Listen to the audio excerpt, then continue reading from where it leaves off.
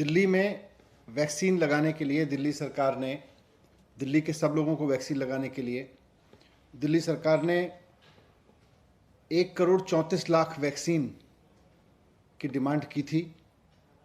ये मैं पहले बता चुका हूँ। 67 लाख वैक्सीन हमने कोविशील्ड से मांगी थी और 67 लाख वैक्सीन हमने कोवैक्सीन से मांगी थी। कोवैक्सीन ने कल हमें चिट्ठी लिखी है।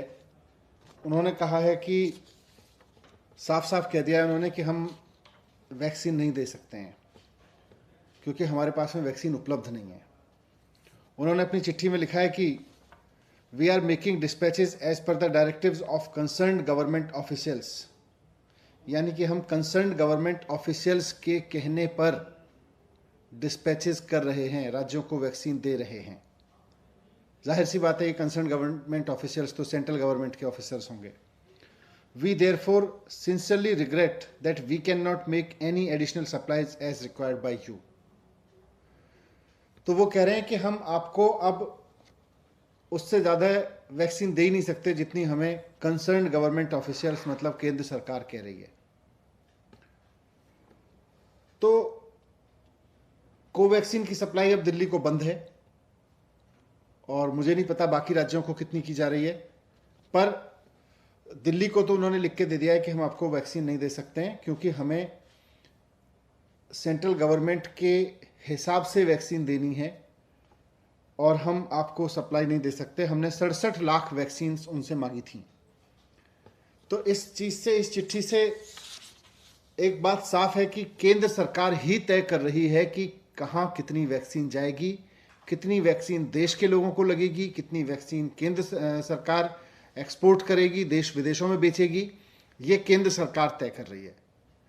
जब केंद्र सरकार तय कर रही है तो फिर ये जिम्मेदारी लेनी चाहिए केंद्र सरकार को कि अगर वैक्सीन 6.5 करोड़ वैक्सीन एक्सपोर्ट नहीं की गई होती तो दिल्ली और मुंबई के एक एक आदमी को 2-2 बार डबल डोज लग चुकी होती अब तक वैक्सीन की।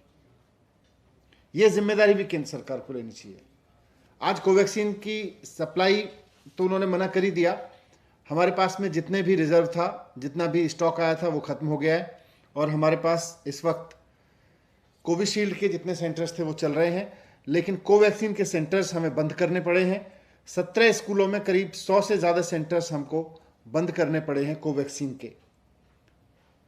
मैं फिर से रिक्वेस्ट करूंगा केंद्र सरकार से कि देश में, राष्ट्र में इस समय जो संकट है उसकी गंभीरता को समझें और एक राष्ट्र की सरकार की भूमिका निभाएं। ये राज्य इंटरनेशनल मार्केट में चले जाएं, राज्य इंटरनेशनल टेंडर कर दें, वो करेंगे ही। आप नहीं करोगे तो करेंगे राज्य, लेकिन केंद्र सरकार की भूमिका है इस समय, वो निभाएं।